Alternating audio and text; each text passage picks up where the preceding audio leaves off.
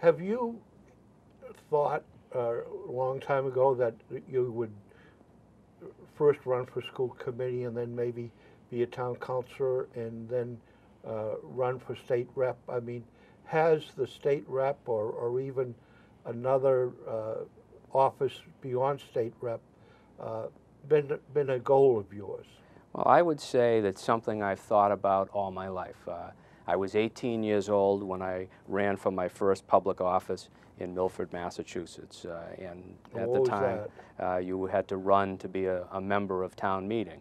Okay. And I ran successfully. I remember going door to door at 18 years old. They thought I was the paper boy, but I was there soliciting signatures for nomination papers.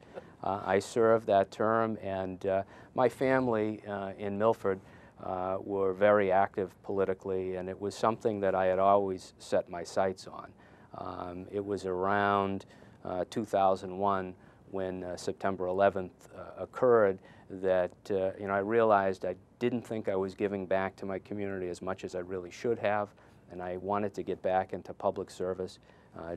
Getting onto the school committee gave me that start, and I always looked and admired the work that Jim Valley did at the State House, and always thought to myself, I'd like to do that someday, and should Jim Valley ever decide to step down, then I will decide to step up, and that occurred in April. Would you rather be Speaker of the House or Governor? I'd rather be a state representative from Franklin and Medway.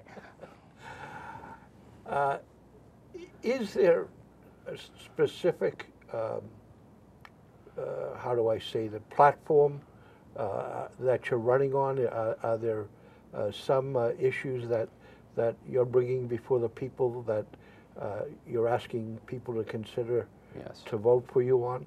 I'm running on three main themes. The first being jobs in the economy. I don't think we're going to do anything as a local community, as a state, or as a country until we get our economy in order. And I think as a government, we have to come up with ways that we can help people help themselves. And I think there are tremendous opportunities out there for the state government to get involved through grant programs, through innovation programs, ways to capture and help small businesses succeed through loan programs, or whatever way we can help people get access to capital, help people build their businesses, help people create jobs. So jobs in the economy would be priority number one. Following on the heels of that is quality education, and I think that actually goes hand in hand with jobs in the economy. We need to educate our kids for jobs that we don't even know exist, to get them out there so they're educated. We know the importance of a college education and the difference it will make on the income that children can earn when they get out into the workforce. So quality education goes hand in hand with job creation and getting this economy back on track. And then my third notion is civility in government. And I think, like most Americans, I'm frustrated that government seems to be about people beating one another up. And people are afraid of compromise. Compromise is seen as a dirty word, and people don't want to work together. That's not going to help our country, it's not going to help our state, it's not going to help our local community. And I want to bring a level of civility to government. I've worked with some of the toughest people in local government, and I've seen people who come to school committee meetings who have been charged emotionally because they're dealing with their children's education.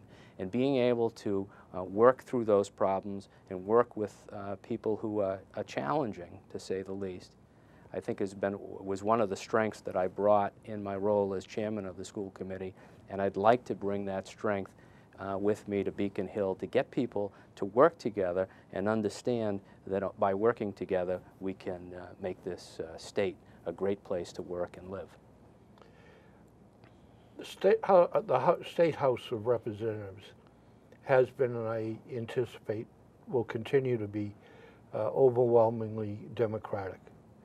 So when you say civility and working together, I gather you're talking about among the members of the House and not necessarily among political parties. Right. Among members of the House, there is some fighting among members of opposite parties. On those occasions when you have a Republican governor working with a democratically controlled House and Senate, you need to bridge those differences in philosophy and understand that you need to come together for the common good. And people need to work together because it's the only way you get things done. I think the greatest lesson that I've learned, I ride in the Pan Mass Challenge. I've done that. I'm going to ride my 10th ride this year. And that ride and that event has taught me that when you bring together a small group or a large group of people who are committed to a common goal, they can accomplish great things. And it's an event that I've made a part of my life every summer for 10 years, and it's an event that I expect to make a part of my life going forward, because it reminds me every August that yes, people can come together and do great things if they focus and work as a team. And that's the type of spirit that I'd like to bring to Beacon Hill. Well, let me ask this. You're an attorney. Yes. And apparently you represent plaintiffs in civil action in a legal system. Yes. The legal system is adversarial. Would you have recommendations, and do you have training in mediation? I mean, do you have see changes that could take place in the legal system that would tend to be more mediation than confrontational? Sure. And do you see implementing different procedures in the State House to be more of a mediation type of process to bring laws forth?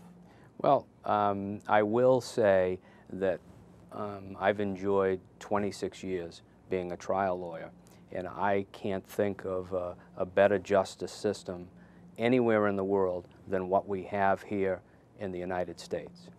That being said, I often, when I meet with a client and I describe to them the jury trial process, I make them understand that you're taking your dispute and something that you're invested with in your life, and you're turning it over to 12 people who know nothing about you, who haven't experienced what you've experienced, and probably don't want to be there in that jury room to begin with.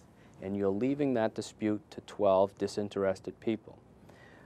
If you explored something like mediation, you actually take that controversy in your own hands and you engage in a process that allows you to control your own destiny and make your own decisions.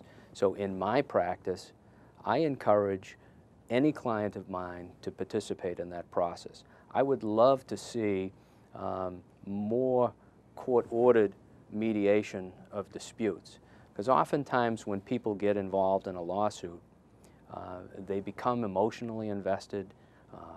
They spend a lot of money that they don't have to spend, and they're just simply fighting one another. When you bring them together in a room with an impartial mediator, sometimes you're able to break through that anxiety and that anger and develop a result that's not everybody walks out of a mediation happy. And the sign of a successful mediation is when both parties walk away from it a little bit disappointed. And I would like to see more of that alternative dispute resolution rather than taxing our courts and leaving disputes to be settled that way. You mentioned education in higher education. In the 8th grade, parents have an important decision to make, and students have an important decision to make, whether, in essence, to take a course of study that would lead to college, or courses of study that would lead to a more trade-orientated education. Right. Massachusetts has great alternatives. They have the Tri-County, which offers a wide range of different opportunities, and many people probably not aware that Essex Agricultural School in Walpole, Franklin students can also go there. Maybe it's not today so much on agriculture as it is small motors or different trades. But I think Susie Osmond might be right that learning a trade as opposed to being in debt for student loans may be, in many cases, a better alternative. Sure. Would you agree with that? Or? I would say absolutely. I mean, Tri-County is a great program, and you know, we can't have all students with psychology or business degrees. We need people who are going to go into the trades. We need people who are going to become veterinarians, go to the Norfolk Aggie and study animal care. We need people who are going to be plumbers. We need good plumbers. We need good electricians. God knows you have a problem in your house. It's a difficult task to find somebody to come and do that work. So, you know, we need all facets, and I think Franklin is unique in having these assets. The Franklin High School, which will prepare you very well for college. Tri-County will prepare you well for a trade or college. Many of those students themselves go on to college, and the same thing with Norfolk Aggie. The beauty is that whatever it is that you love to do, whatever your passion is, you have an opportunity in this community to follow your passion. And if you do follow your passion, you're going to be a much more happy individual and you'll have a successful life. Student loans many people are having a lot of difficulty in repaying them. And you can't declare bankruptcy. If you declare bankruptcy, student loans are exempt from bankruptcy. Would you favor changing the bankruptcy law that at least part or some of the student loan could be disposed of? You know, that's a very difficult question because, number one, the bankruptcy laws would be handled by the United States Congress, so I don't know that I would have much input on that process. But I certainly have a deep understanding of what these students are going through. I know when I graduated from college in 1986, I had somewhere on the order of $80,000 in student loans. It made a difference in the type of jobs that I could look for.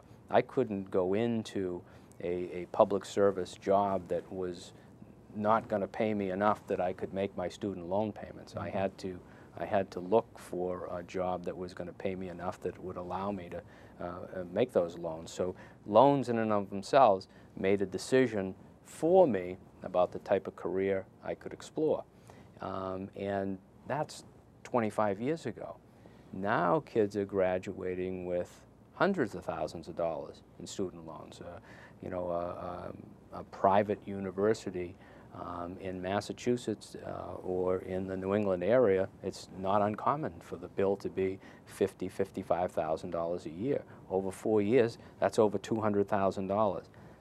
Making college affordable and giving people an opportunity to get that education and then not be saddled with debt is something that I think as a nation we have to revisit. And I know the bill to maintain student loan interest rates at the current rate was something that was a matter of controversy in Congress. And you know, if you add on a higher interest rate to that enormous debt, you really don't give people an opportunity to get ahead. And why should we be adding on a higher interest rate when the federal government guarantees